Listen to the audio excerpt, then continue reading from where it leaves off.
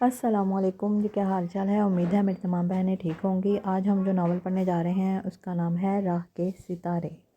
چلیں جی پڑھنا شروع کرتے ہیں۔ بھئی میں تو کہتی ہوں خدا کسی دشمن کو بھی بڑی بہو نہ بنائے، نہ دن کا چین نہ رات کا سکون۔ دیور صاحب کے فرمائشی پروگرام الگ تو نند کے مطالبے الگ، اوپر سے ساس سسر کا خیال رکھنے کی تاکید کے علاوہ تو مجادی خدا کو کچھ سوجھتا ہی نہیں۔ گجریلا بناتے وقت اریبہ کی سوچ کے گھوڑے سرپٹ دوڑتے جا رہے تھے۔ کٹ کٹ میوہ جات کاٹتے ہوئے تو اس کا بس نہیں چل رہا تھا کہ گھر والوں کی فرمائشیں بھی چھری کے نیچے رکھ کر کاٹ ڈالے۔ گردنیں کاٹنے کا خیال ابھی نہیں آیا تھا۔ بھئی اب اتنی بھی تو پتھر دل نہیں تھی وہ۔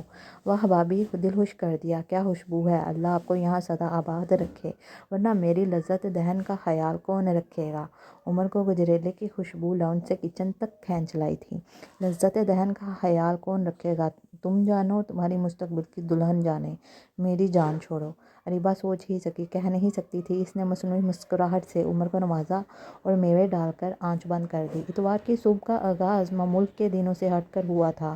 لاؤنج میں خوب رونق تھی۔ عمر گھوڑا بنا ہوا تھا اور سارم کو چکر پہ چکر دلا رہا تھا۔ ریحان کے قبضے میں سدرا کا موبائل تھا، وہ کوئی گیم کھیل رہا تھا۔ ابا جی اخبار کے مطالعے میں گم تھے، مگر ایک نظر بچوں پہ ڈال لیتے۔ امی اریبہ کے ساتھ کچن میں مصروف تھی۔ آج فرمائشی پروگرام زیادہ ہی لمبا ہو گیا تھا۔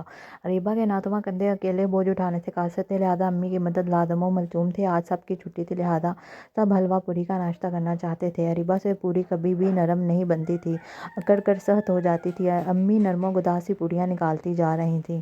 اریبہ نے چائے کو دم دیا، حلوہ تیار ہو چکا تھا۔ کچھ ہی دیر میں اس نے ناشتہ ٹیبل پر لگایا تو خوشبو سارے میں پھیل گئی۔ سب نے فوراً ہی اپنے معمولات ترک کیے اور ٹیبل کے گرد اکٹھے ہو گئے۔ جیو پیاری اماں، دل کرتا ہے ہاتھ چوم لوں۔ عمر نے پوری ہی اپنی پلیٹ میں رکھتے ہوئے ساتھ ہی ہانک لگائی۔ ساس بہو کی جوڑی زندہ باد۔ سدرا نے ناشتے سے انصاف کرتے ہوئے امی اور بھابھی کی تعریف کی۔ ناشتہ خوشگوار ماحول میں کیا گیا، مگر اریبہ کا ذہن بار بار بھٹک کر علی کی طرف جا رہا تھا۔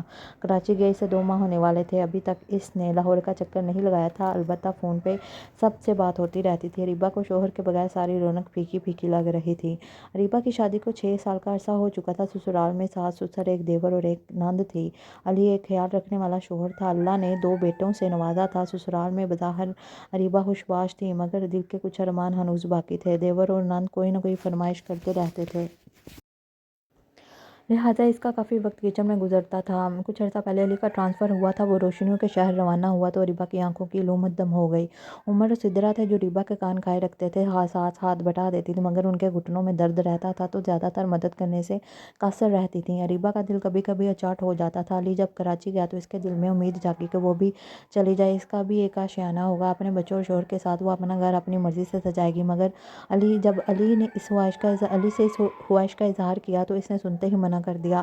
حد کرتی ہو اریبہ، امی اکیلی رہ جائیں گی۔ علی امی کے پاس سدرا ہے، عمر ہے اور ابو بھی ہیں نا۔ اریبہ نے کوشش جاری رکھی۔ سدرا کالج جاتی ہے، ابو اور عمر کی اپنی اپنی مصروفیات ہیں۔ امی گھر کی ذمہ داری اٹھانے کے قابل نہیں ہیں۔ تمہارا مطالبہ غلط نہیں، عمر کی شادی ہو گئی تو سوچا جا سکتا ہے، مگر فی الحال ناممکن ہے۔ اریبہ نے کچھ کہنا چاہا، مگر علی نے سختی سے ٹوک دیا۔ وہ دل محسوس کر رہ گئی، دل اداس تھا اور ایک پھانس سی محسوس ہو رہی تھی، مگر کیا ہو سکتا تھا، لہٰذا چپ بیٹھ گئی۔ موسم اچانک ہی ابر آلود ہو گیا تھا، بارش کے امکان نظر آ رہے تھے۔ اریبہ نے کپڑے استری کرنے تھے، لہٰذا جلدی جلدی سنبھالنے لگی۔ بچوں نے لاؤنج میں کھلونوں کا انبار جمع کیا ہوا تھا۔ کپڑے الماریوں میں ہینگ کر کے کھلونے ٹھکانے لگائے اور دروازے کھڑکیاں بند کرنے لگی۔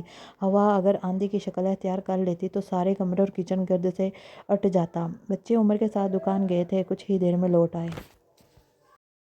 سدرا کا ٹیسٹ تھا، وہ پڑھ رہی تھی۔ آج بلا وجہ ہی دل تنگ پڑ رہا تھا، لہٰذا سارا غصہ برتنوں پر نکالا۔ کیا تھا جو علی مجھے ساتھ لے جاتے، ان مفت کی خدمتوں سے تو جان چھوٹ جاتی۔ وہ بے دلی سے کام میں مصروف ہو گئی۔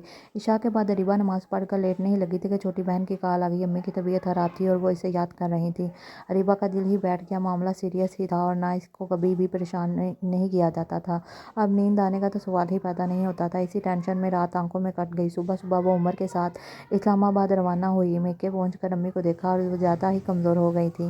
اریبہ نے تو ان کو دیکھتے ہی رونا شروع کر دیا۔ بہن بھائیوں نے تسلی دی اور امی نے سمجھایا تو آنسوؤں میں کمی آئی۔ عمر دوسرے دن واپس چلا گیا، لیکن اریبہ نے امی کے پاس ہی رکنے کا فیصلہ کر لیا۔ بچوں کی طرف سے وہ بے فکر تھی، ماں سے زیادہ تو وہ پھپھو، چاچو اور دادوں سے مانوس تھے۔ 2 ہفتے امی کی خوب خدمت کی اور وہ پہلے سے بہتر ہو گئیں تو فوراً اریبہ کے پیچھے پڑ گئیں کہ اب اسے واپس جانا چاہیے، ایسے ہی تو ہوتی ہیں مائیں۔